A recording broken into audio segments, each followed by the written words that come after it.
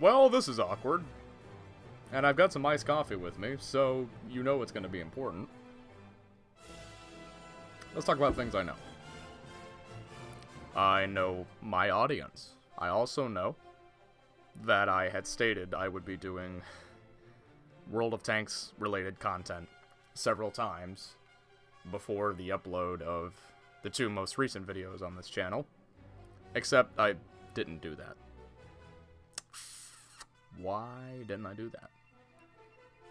Well, honestly, that's what this vlog is really about. Because it stems from several things that sort of came into play over a long period of time in terms of the history of this channel and things of that nature. So I'm just gonna blurb about how we got here, how I got here more specifically, and what I plan on doing with the channel in the future, and what you can expect as a subscriber or someone who's recently come to the channel, whether whether you've been around since the very first Gaijin rant, or you just signed on. This is something that will pertain to you because you have some kind of interest in the content that I personally put up on the channel, so it would be to your benefit to listen to what I have to say. And disclaimer before we continue, you don't have to be satisfied with what I have to say. I'm not going to begrudge you at all. If you hear what I have to say and go, this isn't what I really subscribe for, I'm not really interested in what this guy is doing. Don't feel any remorse. Alright? Because, trust me, I'm aware of how, at least I have a general knowledge of how audience retention goes for this kind of stuff, and I definitely uploaded a lot of viral videos. I say that so pretentiously. I've uploaded a couple of videos that have gotten a lot of attention, like, in short spurts, but I haven't kept an audience over a long period of time. But enough spiel. Let's get into it. So, why am I talking about this? Why did I not do Tanks content? Why do I not plan on doing Tanks content? Well, there's a couple of reasons. There's a couple of main reasons why. And I can list 4 of them from the top of my head. Being lack of personal interest on my part in World of Tanks itself, and a lot of games recently, actually. School. I know, it's lame. Still a youngin'. Rearing to go to college. I only have about, at the time of recording this video, I have a couple of weeks left to go, and then I'll be off to bigger and brighter things, so that'll be interesting. A personal desire to work on other projects is another thing. And that's going to be the bulk of the discussion. And some logistical issues that had to do with actually making the videos in the first place. So I'm going to go through each of these in detail and try to answer any questions you guys might have to the best of my ability. I mean, obviously you haven't actually asked me any questions, at least not directly, but hey. Let's clear some things up here, huh? So, lack of interest. This is an important one because, and it's important, but it's not something that is, I don't need to talk about it at length because it's a very simple thing to summarize. World of Tanks is a fine game. And World of Warships, for that matter, I've had the opportunity to play recently, is also a pretty good game. Most of what Wargaming is done, I'm relatively satisfied with. But it's still a free-to-play progression game. And it's frustrating in certain aspects. Meta tanks, progression issues, weird policies by the company, things of that nature. Just little things that are kind of out of my control. And there's no such thing as a perfect game, but it's just something I kind of burnt out on. I had played World of Tanks for quite a while. I got into World of Tanks before I got into War Thunder, as a matter of fact. And I only got into War Thunder. Basically what happened, uh, Barkhorn, who, his internet alias being Barkhorn, who has basically been my co-host on the Russian Bias podcast when it was running, introduced me to War Thunder because he knew that I was interested in flight sim, something to that nature, and that was where most of my time was spent. All my friends were playing World of Tanks, I was playing War Thunder, and I was putting most of my money into that. And when I got back, sneezed, big one. When I got back into World of Tanks, I found that a lot of the problems that I had with the game beforehand still kind of existed. So while I did a lot of progression with my friends and I got involved in a clan on the North American server and I derped around in competitive battles for a while, it was still the same game. And, you know, there were just core elements to it that I just didn't find completely satisfying. I still play it occasionally. I took a bit of a hiatus, but I still play it occasionally. But it's not something that I would make into, like, a personal hobby. You get what I'm saying? So that's a minor point, and I don't need to go into detail about it because I think you get the gist of it already, but there's another thing that's kind of exacerbated by that. Wow. I don't know if it's allergies or what.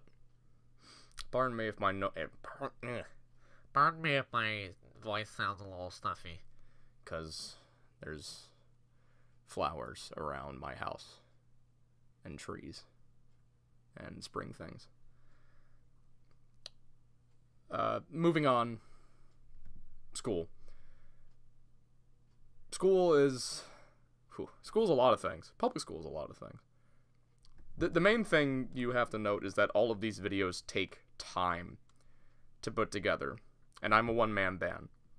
So there's a proportion between time and quality. If I have a lot of time, then I can put more quality into what I'm putting up. And if I don't, then the video has to be shorter, or the quality of it has to decrease. The production quality of it will decrease by a significant margin. And I don't want to put out poor quality work, especially if it's going to be done in a series. I need to get a format established, and I need to work at it bit by bit. So naturally, since school, especially towards the end of the year, takes up a lot of time, production slowed quite a bit, and I found myself with not that much time to actually work on the stuff. At many times, I could be quoted to say, I can't get anything done because I have school. I can't do anything productive. It sounds a little bit counterintuitive if you're not familiar with American public schooling, but suffice to say, it's pretty much a crock of shit in just about every respect. But it's a crock of shit that takes up a lot of time, and I can't really work on what I want to work on if I spend 8 hours a day not working on that stuff, not being in an environment where I can. So that's one thing. Well, another thing. Another thing that slowed things down a lot were some logistical issues that I ran into working with World of Tanks as a medium to produce basically machinima, basically videos that had a cinematic aspect to them in the way I was producing them.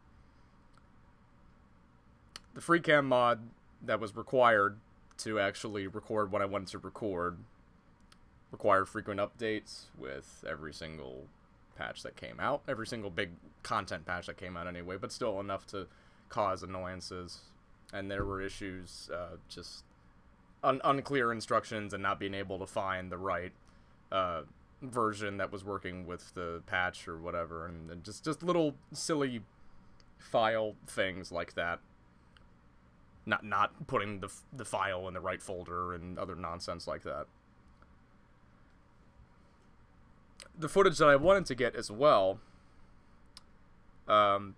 basically required me to progress in the game to get certain tanks that I wanted to use as showpieces within the game engine to produce a cinematic work or a shot. I would have to progress to get those tanks, or I would have to go into a match and try to find games that had the tanks I needed for my footage, or I had to get a friend to come into the match with me, or I got on his account, or something to that effect, I couldn't go into a training room unless I had a certain amount of people in there, and then it was just gigantic. World of Tanks was not made specifically for this kind of thing by the casual player base, because there isn't an audience for that sort of thing. It's not like Halo 3 or like a Half-Life Machinima that has all the assets available to you right there. It's a little more complicated than that. And I went into it kind of foolishly thinking that I would be able to do that, but not the case at all. Another thing, just a minor thing, really, from a viewer standpoint, but a major thing from a filmmaking standpoint, lack of extensive camera control functions meant boring, repetitive shots. So it was either pan shots or just single still shots with things moving on the screen. It just very, very bare bones, basic, dry, bland, boring yuck. And I didn't really want to work on it, because I didn't think it looked good. All of these logistical issues impacted the quality of what I was putting up, and that's important to note, because if you compare what I could have put out, and the production quality would have been as nice and clean as I would have been able to make it, but if you were to compare it, what I could have done in several weeks to Wargaming's own similar content that they have on their YouTube channels, these various guides, how to play the FCM 50-ton, and things of that nature. They have a whole team of people dedicated to putting together these really, really pretty-looking intro cards and things of that nature, and they have a way to work with the files, the World of Tanks program files, to get what they want from a filmmaking standpoint. I can't really do that from my perspective, and I would be essentially spending a lot of time to make content that people wouldn't really want to watch, because they can get better quality stuff of the same type from a different outlet. Get what I'm saying? So essentially what I end up doing is compete with a team of professionals, basically, to get paid to do this kind of stuff for little result anyway. Waste of time. So what the hell am I going to do? I'm going to do this for 5 episodes? Why? Because the only reason I even approached the idea of doing World of Tanks content was to do a 5-episode series and be done with it. To be done with anything pertaining specifically on my channel to Russian-produced vehicular combat games. I know. A 5-episode series was basically, yeah, it was a way for me to just ease myself out. Now, why did I want to ease myself out? My interest expanded, bruh. I mean, I'm not really sure how else to say it. It's just one of those things. When War Thunder shit the bed, I didn't really have much of an interest in getting very making World of Tanks into a primary hobby. Just kind of, just a little too neckbeard for me. And, high school has gone by rather quickly, and a lot of things have happened in my personal life, and I find myself getting less interested in gaming as a hobby now. So I wanted to do more entertainment-centric stuff. And it's kind of ironic, because the first patch overview got an overwhelmingly large amount of attention. A lot of attention that I didn't really expect to get, and so I sort of stuck with it for a while, and that's why I kept making those videos, because it was fun. It gave me something to do. People liked it, and they wanted me to keep doing it. But Gaijin never stopped giving me material, and that states a lot about Gaijin as a company, and how War Thunder has essentially, like I said, just shit the bed as a project. But as for my viewers, the people who came to the channel and subscribed specifically to see me make fun of Gaijin, I'm sorry, but some of you, man, cut me some slack. It isn't even funny at this point, for me. It isn't even funny going on to Gaijin, and I made it funny in the videos because I thought it was personally funny. A lot of the weird shit that they were doing with the game's production updates. But every time I go onto the site now, every time a buddy of mine goes, "Oh, hey, Greg, look at what they did, the War Thunder," I just kind of look at it and sigh, and then go back to what I was doing, because it isn't even funny at this point. Gaijin Entertainment has incompetent project leads. Fact. Sorry. The art team, great. Awesome job. I love what they're doing. But the people in charge, they're shooting themselves in the foot with every update they put up at this point. And it's not even worth it. Not even worth it. It's tedious. For me. It's tedious for me to keep up with this stuff. And it should be tedious for you guys, too. I mean, I don't know how many people are still actively playing the game. And I've stated before, just because I put up a video that jokes about a lot of these issues that the game has doesn't mean I'm encouraging you to stop playing it. But now I kind of am. I mean, look at the most recent update that they did with the American tank destroyers. You know, people have been watching my content for a while now. The original dissenters, I guess you could say, were really upset because they thought what I was doing was racially insensitive, and I can understand why they felt that way. Doesn't mean I agree with their interpretation of what I was doing, but it's the way it is. A lot of people were commenting that I was focusing too much on Russian bias. Well, there's your American bias. There's your bias. It's not even bias at this point because it's so goddamn random. All of this shit that they're doing. The point is, even if it's not biased, or even if it is biased in some regard, what Gaijin is doing with their game is just totally incompetent. There's no foresight on this project at this point. It's just pumping out stuff to get money. So if you are having a hard time with this, like, if you as a consumer look at this and go, "Oh man, this is so dumb," then why are you still playing it? Because I'm not playing it. I don't know what my audience is doing. I don't know all of you. It's kind of a crazy concept to know that over 570 people have gone to my channel and clicked the subscribe button and know kind of who I am as a person to a degree, but I don't know each one of them individually the same way.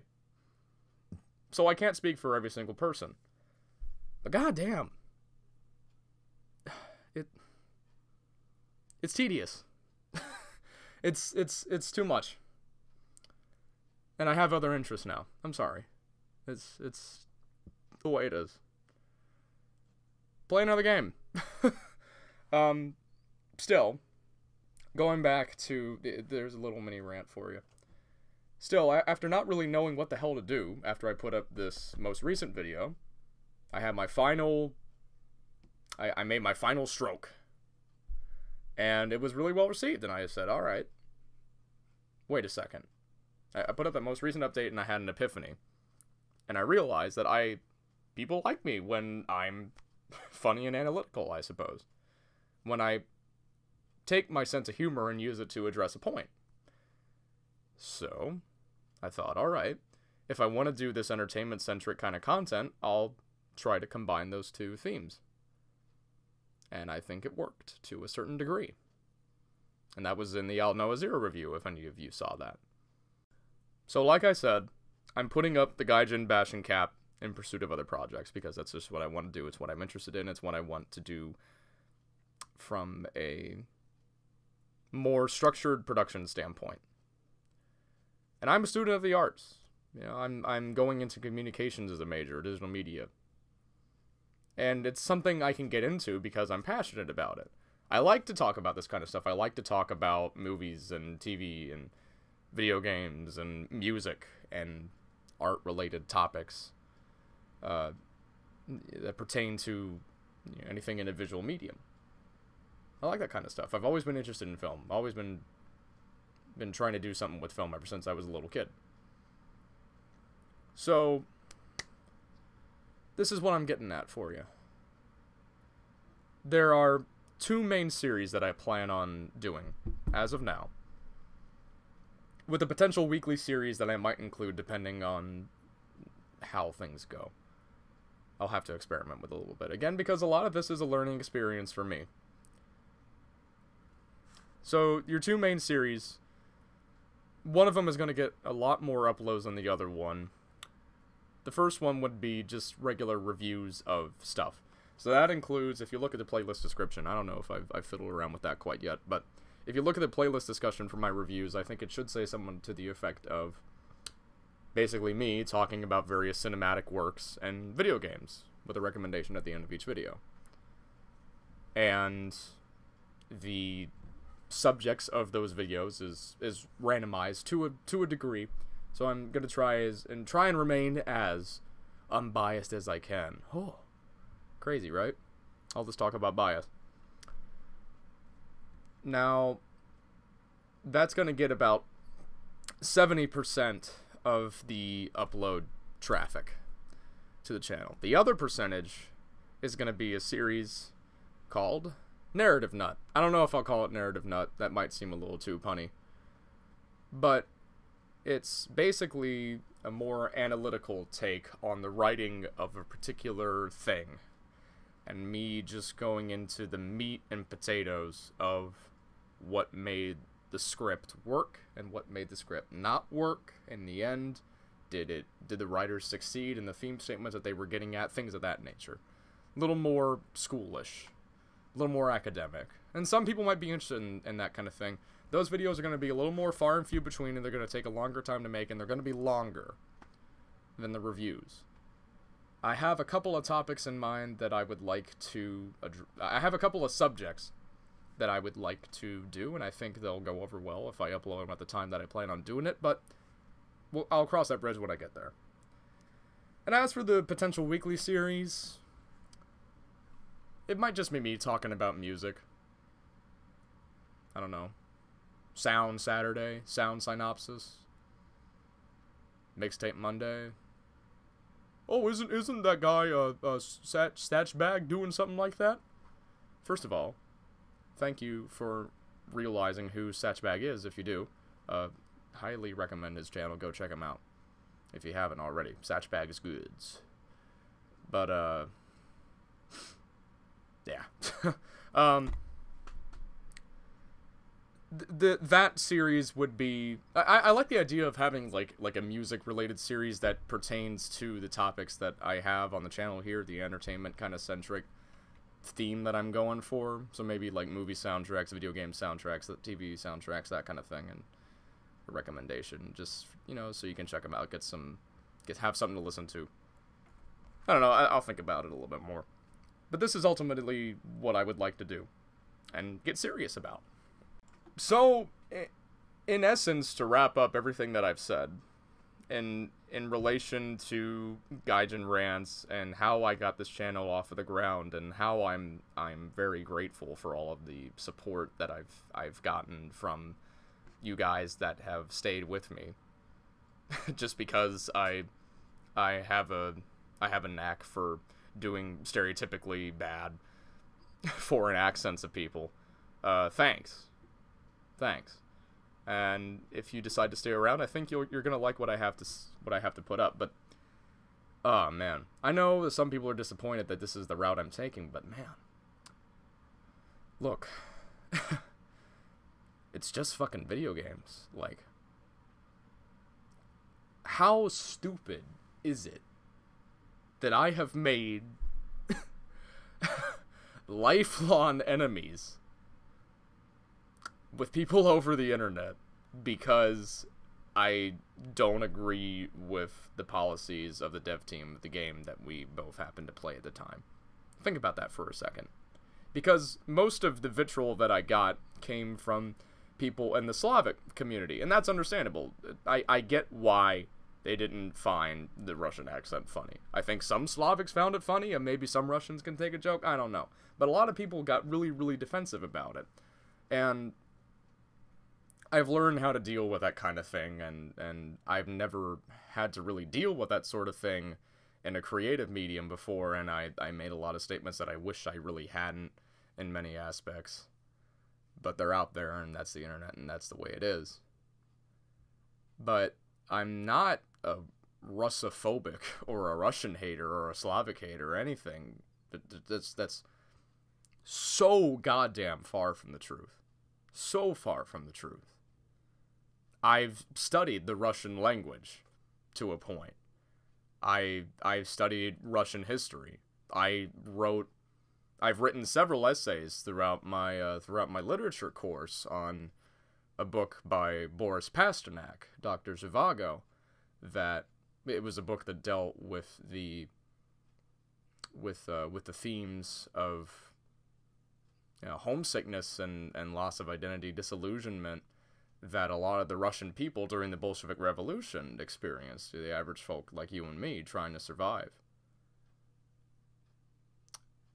Russia is a very rich and colorful nation with a very colorful history, and in some aspects a very troubled history, and I get why a lot of people would get defensive about, especially about things like this pertaining to war, particularly to Russia's war history, because whether you want to believe it or not, whether you, and I'm not defending anything that Stalin did while he was in power. I'm not defending any of the evil actions that were committed by members of the NKVD or anything like that was associated with the Soviet Union.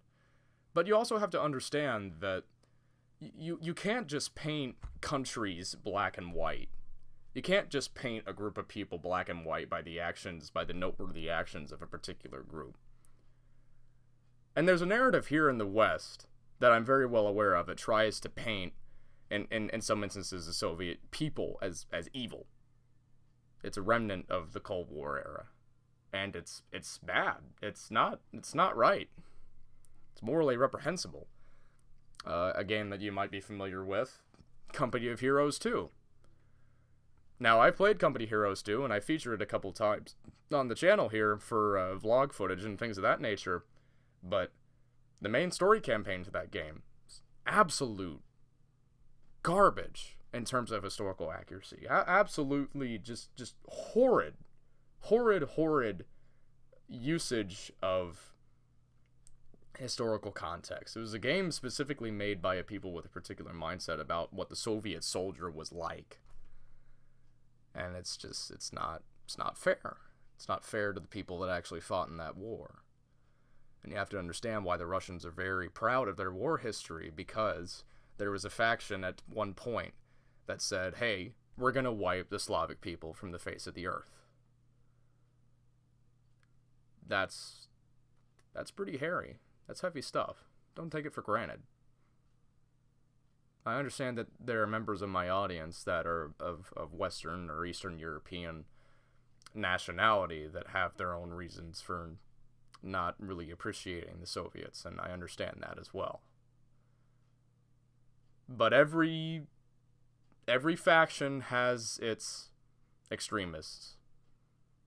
Because people are people, and factions are made of people, and some people suck. So when I satirize Gaijin in a Russian voice, I'm not saying all Russians are capitalistically greedy up to the point where they don't even think straight, or that they're a bunch of incompetent, vodka drinking, whatever stereotypes you can glean from that voice that I did. I'm not.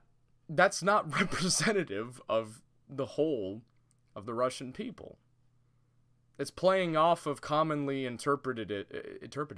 The accent is playing off of commonly interpreted concepts about the Russian people when they speak English. I mean, a lot of Russians, that's the natural way they talk. A lot of Russians talk when they learn English, when they try to speak English for the first time, because that's just the way the Russian native language is set up. In terms of lexicon, in terms of how things are pronounced, that's where accents come from. Hello? That's why people speak differently depending on the language that they natively spoke. That's not racist. It's absurd that people would find that racist. But it's the way it is. So to wrap things up, hey, look. I joke about pretty much everything. I make fun of myself. Hello? at the beginning of my senior year of high school, later on in my junior year, I looked like a level 90 warlock. And I went through a lot of lengths to make sure that I didn't look like a level 90 warlock. I got into a gym routine, started grooming myself a little bit better and learned a lot of things about physical training and health and that kind of thing. And, be the change you want to see. Unfortunately, the change that you guys might have wanted to see in War Thunder isn't going to happen. That's just the way it is.